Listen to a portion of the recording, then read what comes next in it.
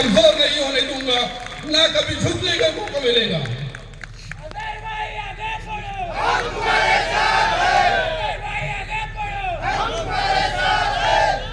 लोगों ने केसेस लगाए, लोगों ने झूठे आरोप लगाए, लेकिन अल्हम्दुलिल्लाह हम सबको टक्कर देकर आज भी खड़े हुए हैं।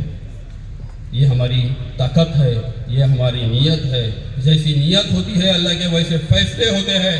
वो लोगों के मुंह पे तमाचा मिला जब मैं सही सलामत शहर के अंदर वापस आया तो वो लोग छुप रहे थे, जवाब नहीं था लोगों के पास में देने के लिए, लेकिन मेरे शहर के अवाम का शुक्रगुजार हूँ। वो लोगों ने मेरा बदले का जवाब दिया, बोला कि हमारे को मजलिस इत्तेहादुल मुस्लिमीन पे भरोसा है, वो ये काम नहीं कर सकती जो आ रहा हूँ उन पे लग रहे हैं। लोगों ने उनको हमारे जवाब के पहले जवाब दिया।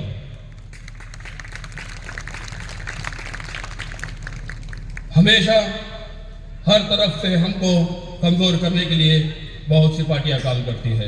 अफसोस ये है कि अपने ही उसके अंदर मौजूद होते हैं। मुझे सालार की बात याद आती है, अपनों को, टीपू सुल्तान को नुकसान पहुंचाने वाले अपने ही थे। अपने ही मौजूद सफ़ों में गद्दार होते हैं। वही गद्दार को हर चीज़ पता होगी और वही लोग अपने को कमज़ोर करने की कोशिश करते हैं। आपने देखा कुछ दिन पहले, कुछ महीनों पहले सलमान अजहरी साहब के साथ में भी एक वाक़या हुआ। उनको कुछ बोलने पर अरेस्ट किया गया। आपने देखा कई जातिवाद करने वाले हिंदू नेता हैं जो मुसलमानों के बारे में भड़काऊ भाषण देते हैं, लेकिन उनके ऊपर कोई कार्रवाई नहीं होती। इसलिए मेरे सदर अकबरुद्दीन अवैसी साहब हमेशा कहते हैं, हम कहा भी करते हैं तो हो जाते हैं बदनाम, हम कहा भी करते हैं तो हो जाते हैं बदनाम, वो कत्ल भी करते तो चर्चा नहीं होती। ये चीजें बहुत पहले बोली गई है। हमको समझना है, हमको आपसी इत्तेहाद को कायम करना है। बेशक तुम किसी भी पार्टी में रहो, अगर जमीर जिंदा है तो समाज के लिए काम करो, अगर मुर्दार है तो दूसरे पार्टियों में रहकर उनकी गुलामी करो, लेकिन समाज का सौदा मत करो। अगर कोई सौदा करेगा तो मजलिस इत्तेहादुल मुस्लिमीन तुमसे मुकाबला करेंगी, तुमको रोकेंगी, तुमको कमजोर करेंगी। वक्त कम है, लेकिन मुख्तसर बात को रोक कर मैं ख़त्म करूँगा। आगे मजलिस इत्तेहादुल मुस्लिमीन अपने कार्य को बढ़ाते रहेंगी। हम हमेशा असदुद्दीन ओवैसी साहब के साथ में, इम्तियाज जलील साहब के साथ में कंधे से कंधा मिला के खड़े हैं। चाहे दुनिया की पूरी ताकत भी हमको रोके तो हम रुकेंगे नहीं। हम इनके लिए जान भी दे देंगे, लेकिन इनका सर कभी झुकने नहीं देंगे। यही बोल के मैं अपने शब्द को खत्म करता हूँ। अल्हम्दुलिल्लाह रब्बिल आलमीन। शुक्रिया अजहर भाई। मैं जोरदार तालियों के साथ में इम्तियाज जलील साहब के स्वागत के लिए मैं चाहूंगा कि आपकी जोरदार तालियां गूंजनी चाहिए। वो लोगों के कानों में जो ये मजलिस को कमजोर करने की बात करते हैं, मैं चाहता हूं कि जोरदार तालियों के इम्तियाज जलील साहब का इस्तकबाल किया जाए। एक बार बेहतरीन शख्सियत आज हमारे बीच मौजूद है, उनके लिए तालियां भी कम है। मैं इसके बाद बल्लारपुर शहर सदर मुकद्दर खान साहब से गुजारिश करूंगा कि वो मुख्तसर अंदाज में अपनी बात को रखें।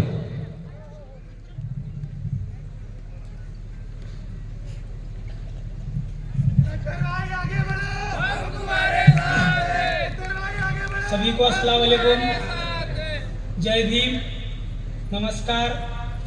स्टेज पे तशरीफ फरमा शेर महाराष्ट्र जनाब इम्तियाज जलील साहब, शाहिद भाई रंगूनवाला साहब, कीर्तिताई डोंगरे, कृष्णा भाऊ और तमाम मजलिस के जिम्मेदारान, मेरे घुग्गुस और बल्लारपुर से आए मेरे तमाम साथी, मेरे भाई, यकीनन आज की जो दीवानगी चंद्रपुर शहर में लोगों ने देखी होंगी, तो यकीनन आज राष्ट्रवादी और कांग्रेस के नेता के ख्वाब में सिर्फ दो शेर नजर आएंगे, खासदार इम्तियाज जलील साहब और बैरिस्टर असदुद्दीन ओवैसी साहब।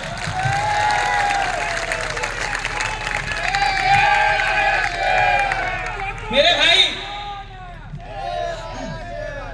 अजहर भाई ने बताया कि आज मजलिस इत्तेहादुल मुस्लिमीन जो यहाँ पहुंची है, ये ऐसे ही नहीं पहुंची मेरे भाई, कई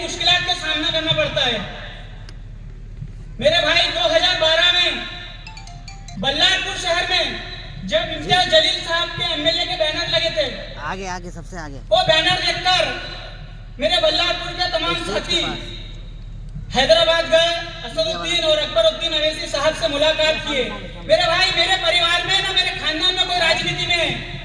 मेरी उम्र 18 साल की 2012 में, और मुझे कहा गया कि बल्ला शाह की सदारत तुम ले लो, तुम आए हो तो।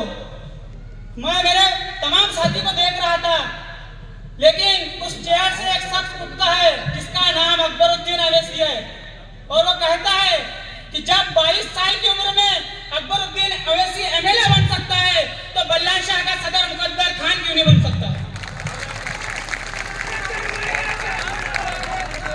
और इम्तियाज जलील साहब, जब यहां सभा लगाई जा रही थी, मुझे शाहिद भाई ने बताया कि कई दिक्कतें हुई मेरे भाई, लेकिन मैं उनको ये बता दूं कि खासदार बैरिस्टर असदुद्दीन अवैसी साहब एक बेबाक कायद है, और मेरा कायद तुम्हारे कायद की तरह डरपोक नहीं। मेरा कायद असदुद्दीन अवैसी साहब बेबाक कयादत है मेरे भाई, जो पार्लियामेंट में उठती है, जब भी किसी भी जुल्म के खिलाफ, हर मजहब के खिलाफ अगर कोई बात होती है, सबसे पहले आवाज उठने वाली बैरिस्टर असदुद्दीन अवैसी साहब, और उसके साथ खाने से खाना मिलाकर जाने वाली एक आवाज है जो है इम्तियाज जलील साहब। मैं बता दूं कि 48 सीटें हैं मेरे भाई, पूरे महाराष्ट्र में 48 सीटें, उसमें से सिर्फ एक मुसलमान है जो शहर औरंगाबाद से चुन के, वो इम्तियाज जलील साहब। कौन है तुम्हारी आवाज महाराष्ट्र में मेरे भाई? तुम खुद ढूंढ लो तुम्हारी आवाज कौन है। लेकिन यकीन मानो, एक से इतनी तकलीफ है, उनको समझ नहीं आ रहा है कि क्या हो गया, इनको कैसे रोका जाए। लेकिन हमें यकीन है कि जितनी कोशिशें हमें रोकने की जा रही है, उतने ही जोरों शोरों से और आपकी दुआओं की बदौलत हम आगे बढ़ते जा रहे हैं।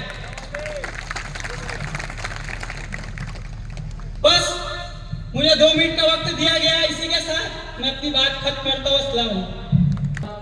चंद्रपुर जिला उपाध्यक्ष, एक बेहतरीन शख्सियत, मजलिस के खादिम, हमेशा से मजलूमों के लिए आवाज बनकर उठने वाले अमान अहमद साहब।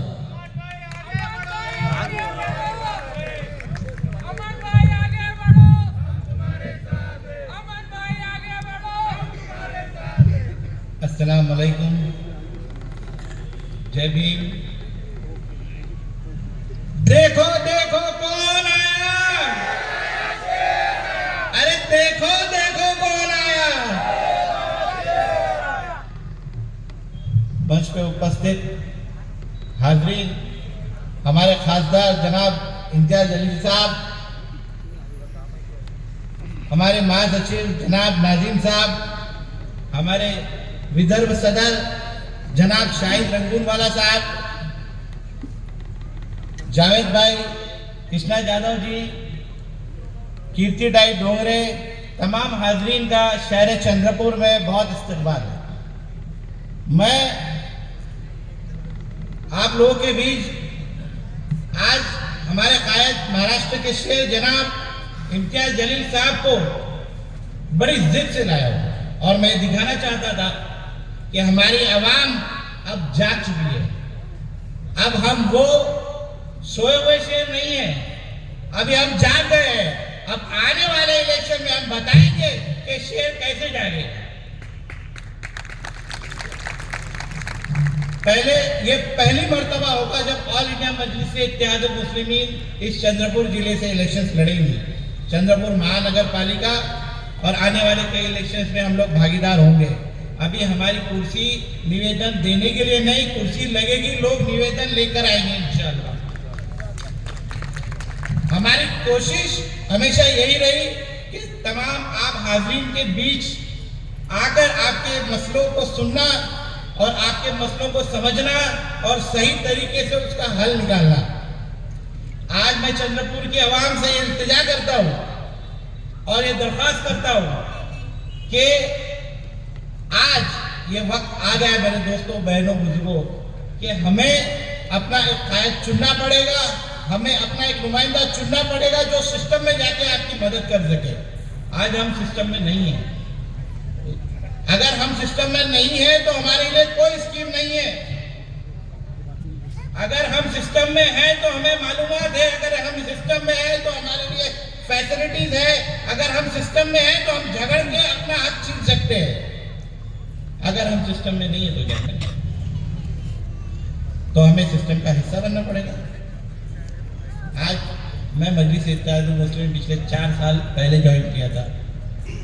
मैंने मेरे भाई अजहर भाई को देख के जब मैं आया था कोविड के पहले, जब वो इंसान दर भटक रहा था, वो लोगों के बीच जा जाकर मदद कर रहा था बाढ़ में, कि बाढ़ आ गई तो लोगों के सामान घर में खुद उठाता था। कभी ये नहीं सोचा उस इंसान ने कि मैं जिला सदर हूं, मैं शहर सदर हूं, मैं ये कैसे उठाऊं। वो एक छोटी छोटी बात के लिए भी कभी अपने आप में ही को नहीं लाया।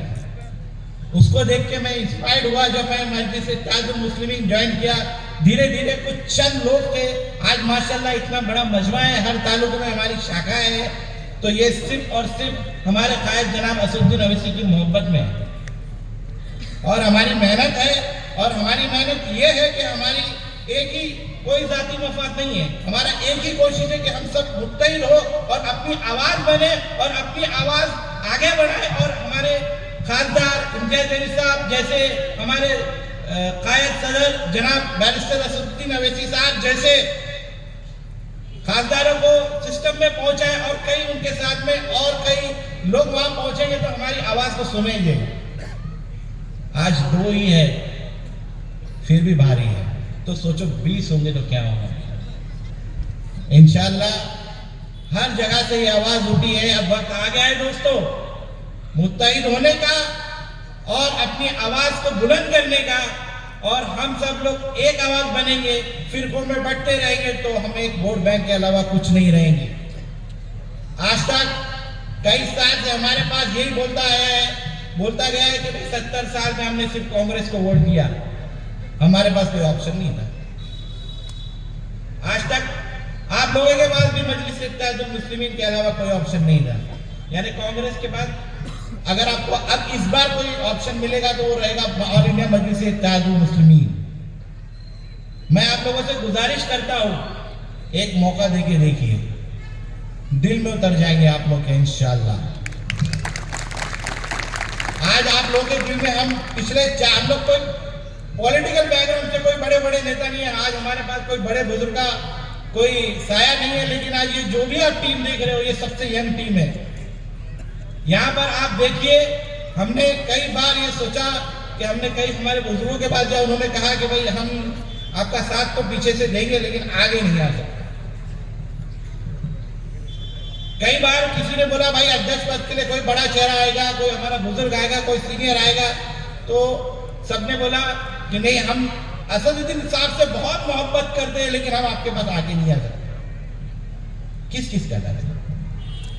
क्या आप किसी तड़ीपार को फॉलो कर रहे हैं या किसी तड़ीपार पार्टी या किसी ऐसी पार्टी जिसके पास बलात्कारी है उसको फॉलो कर रहे हैं? मेरे कायद जनाब बैरिस्टर असदुद्दीन अवैसी साहब को फॉलो कर रहे हैं। और मुझे इस बात का फख्र है और मैं सभी से ये कहता हूं कि भाई जब भी किसी ने तुम्हारे बोला कि कब तुमने कौन सी पार्टी ज्वाइन की, तो उससे ये सवाल जरूर पूछना, उसे सवाल जरूर पूछना कि मेरे कायद जनाब बैरिस्टर असदुद्दीन साहब कैसे हैं। तो कोई भी ऐसा शख्स आपको नहीं मिलेगा जो ये बोलेगा वो इंसान गलत है। तो भाई ऐसे इंसान के पीछे हमें रहने के लिए किस बात की शर्म? हमें कोई शर्म नहीं है। लेकिन मेरे बुजुर्गों, भाइयों, एक चीज मैं आप लोगों से कहना चाहता हूं, अगर आप आगे आएंगे तो एक नई कायदत पैदा होगी, हमें हिम्मत मिलेगी। आज आप लोग ही हमारी हिम्मत हो। आज हम सोशल सर्विस के पॉइंट ऑफ व्यू से हमने शुरू किया, लेकिन जब हमें पता चला जब हमारे हालात कैसे हैं, हमें सियासत का हिस्सा बनना पड़ेगा, तब हम लोगों ने सोचा नहीं, इस बार हम हमारे सियासत में जरूर भागीदार बनेंगे, हमारी कुर्सी भी महानगर पालिका में लगाएंगे इंशाल्लाह। और आने वाले वक्त में और सबको बताएंगे कि ऑल इंडिया मजलिस इत्तेहादुल मुस्लिमीन आने जाने वालों में से नहीं है। इंशाल्लाह ये मजबूत खड़ी होगी और मेरी टीम मेरे तालुका, सभी तालुका से आए हुए मेरे सारे सदर और मेरे शहर के सारे पदाधिकारी आप लोगों से यही इल्तिजा करके एक मर्तबा मौका दे के देखिए, इंशाल्लाह आपके दिल में घर घर जाएंगे इंशाल्लाह ताला।